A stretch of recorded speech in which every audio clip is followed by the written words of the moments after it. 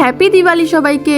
বড়দের আমার তরফ থেকে প্রণাম আর ছোটদের আমার তরফ থেকে অনেক অনেক অনেক ভালোবাসা। তো আজ যেহেতু দীপাবলি, সারা বাড়িতে সন্ধ্যাবেলায় 14 প্রদীপ তো জ্বালাতেই হবে। তাই দুপুরবেলা স্নান খাওয়া সেরেই আমি বসে পড়েছিলাম এরকম ভাবে ডিজাইন করার জন্য। মাটির থালা আর মাটির প্রদীপে ডিজাইন করব। আগের বছর দিওয়ালি তো আমি এরকম ভাবে মাটির থালা আর মাটির প্রদীপে সুন্দর করে ডিজাইন করেছি। হ্যাঁ, আমি জানি আমি খুব একটা ভালো পারি না, তবুও একটু চেষ্টা করি আর কি, নিজের ভালো লাগা থেকে। জানো তো, ছোটবেলায় না আমি আর আমার মা দুজন মিলে মাটি দিয়ে মাটির প্রদীপ একসাথে বানাতাম, কিন্তু এখন আর আমার মা মাটির প্রদীপ নিজের হাতে বানায় না, সেই জন্য আমারও আর বানানো হয় না। এখন প্রত্যেক বছর মা বাজার থেকে কিনে আনে আর আমি সেগুলোকে একটু নতুন ভাবে ডিজাইন করি। তো আমি এখানে প্রথমে মাটির থালাটাকে নিয়ে বসেছিলাম রেড কালারের ফেব্রিক দিয়ে কভার করার জন্য। মাটির থালা কমপ্লিট করে আমি চলে গেছিলাম একদম প্রদীপে। প্রদীপগুলোকে আমি রেড ফেব্রিক দিয়ে একদম কভার করে নিয়েছিলাম। তারপর আমি এখানে প্রদীপগুলোর ভেতরে হোয়াইট ফেব্রিক দিয়ে একটু স্বস্তিক চিহ্ন এঁকে নিয়েছিলাম। এখানে আমি তোমাদেরকে একটা প্রদীপই দেখাচ্ছি, কিন্তু আমি 14টা প্রদীপেই কিন্তু একই রকম ভাবে করে নিয়েছিলাম। তারপর আমি আবার মাটির থালাটাকে আরেকটু ডিজাইন করে নিয়েছি। তো এখানে তোমাদের সাথে আমি একটা কথা শেয়ার করছি যে আমার কোনো পার্সোনাল ক্যামেরাম্যান নেই, আমি নিজে নিজে যতটা পেরেছি ততটা তোমাদেরকে দেখানোর চেষ্টা করেছি। আর এখানে দেখো আমার পুরো সেটটা কমপ্লিট হয়ে গেছে। তো তোমাদের কেমন লাগলো একটু প্লিজ কমেন্টে জানাও। সবাই কালী পুজোটা অনেক অনেক অনেক এনজয় করো, দুর্গা পুজোর মতো। তো চলো আজকের মতো টাটা, দেখা হবে নেক্সট মিনি ব্লগে।